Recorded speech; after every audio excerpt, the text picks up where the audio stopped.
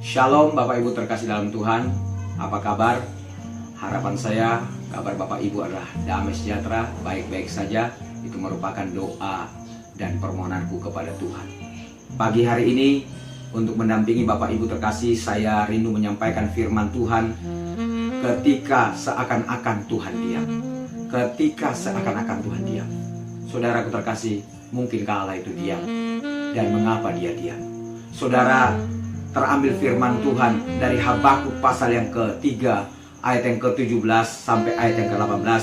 Sekalipun pohon ara tidak berbunga, pohon anggur tidak berbuah, hasil pohon zaitun mengecewakan, sekalipun ladang-ladang tidak menghasilkan bahan makanan, kambing domba terhalau dari kurungan, dan tidak ada lembu sapi dalam kandang, namun aku akan bersorak-sorak di dalam Tuhan, beria-ria di dalam Allah yang menyelamatkan aku. Saudaraku terkasih, demikianlah pembacaan firman Tuhan yang kita renungkan, yang kita baca pagi hari ini. Saudaraku, hidup ketika dimana seakan-akan Tuhan diam. Saudaraku, kira-kira itulah pengalaman Habakuk, saudaraku terkasih dalam Tuhan. Ketika dia menulis ayat-ayat penting dalam kitab ini, saudaraku, ketika Tuhan diam, saudara, dan Tuhan tidak sedang berbicara kepada dia, Tuhan sedang tidak berkata-kata kepada Habakuk, saudaraku terkasih, namun saat itu dia menulis ayat-ayat penting dalam kitab ini. Habakuk mengalami hidup di mana dia terus-menerus mencucurkan air mata. Habakuk hidup dalam sebuah kondisi di mana seakan-akan Allah tidak merespon semua doa dan permohonannya. Allah tidak merespon semua doa dan permohonannya. Kegagalan Habakuk melihat sebuah rencana Tuhan dan karya Tuhan di dalam sebuah pergolakan hatinya membuat Habakuk menjadi seorang yang berlamentasi atau meratap, saudara terkasih. Dia berlamentasi, meratapi mengapa ini harus terjadi. Habakuk berteriak kepada Allah yang maha adil, tapi juga yang maha baik.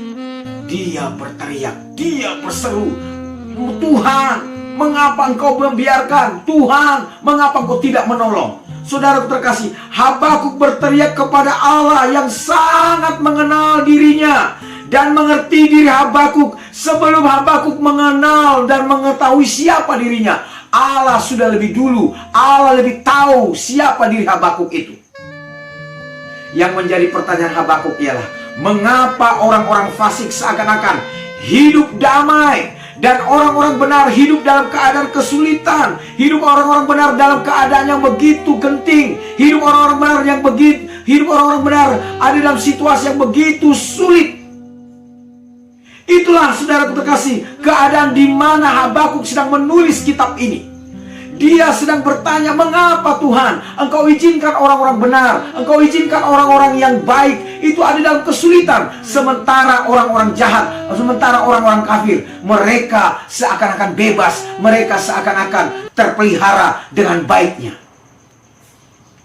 Keadaan seperti ini, saudaraku terkasih, bisa mengakibatkan sebuah lamentasi atau ratapan dari anak-anak Tuhan yang gagal melihat rencana Tuhan. Saudaraku, kita pun juga, saudaraku, bisa gagal melihat rencana Tuhan, sehingga kita juga meratap sama seperti Habakuk meratap. Lamentasi boleh saja, saudaraku, meratapi boleh saja, namun tenggelam di dalam sebuah ratapan, dalam sebuah lamentasi, ada sebuah kebodohan.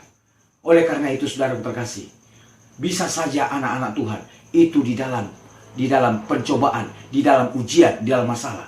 Tapi saudara terkasih, jangan meratapi, saudara terkasih, karena itu adalah sebuah kebodohan. Tapi lihatlah rencana Tuhan sebagai rencana yang dahsyat dan hebat di balik semua persoalan. Saudara terkasih, apa yang dapat kita pelajari dari hal ini, dan apa yang akhirnya Habakuk sadari, saudara terkasih. Sekali lagi saya bacakan, sekalipun pohon ara tidak berbunga, pohon anggur tidak berbuah, hasil pohon zaitun mengecewakan, sekalipun ladang-ladang tidak menghasilkan bahan makanan, kambing domba terhalau dari kurungan, dan tidak ada lembu sapi dalam kandang, namun aku akan bersorak-sorak di dalam Tuhan, beria-ria di dalam Allah yang menyelamatkan aku. Apa artinya itu? Semuanya bisa mengecewakan, semuanya bisa menyedihkan, dan semuanya bisa meninggalkan aku. Namun aku tidak akan kecewa, namun aku tidak akan bersedih, namun aku tidak akan pahit hati. Sebab Allahku hidup, sebab Yesusku hidup, sebab Tuhanku berkuasa, sebab Allahku dahsyat dan ajaib. Dan karenanya aku akan tetap beria-ria, aku akan tetap bersorak-sorai di dalam Tuhan Allah yang menyelamatkan aku. Habakuk katakan, namun aku akan bersorak-sorak di dalam Tuhan dan beria-ria dalam Allah yang menyelamatkan aku, yang menyelamatkan hidupku, yang menebus hidupku.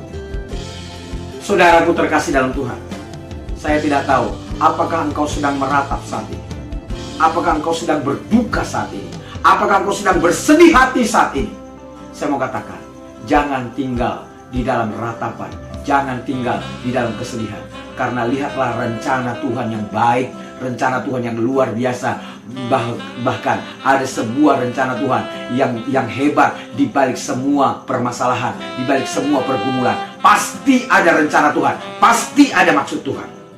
Saudaraku terkasih, demikianlah saya menyampaikan firman Tuhan pagi hari ini. Dan semoga firman Tuhan ini menjadi berkat bagi kita. Dan saya ucapkan shalom dan selamat pagi. Tuhan Yesus memberkati kita. Amin.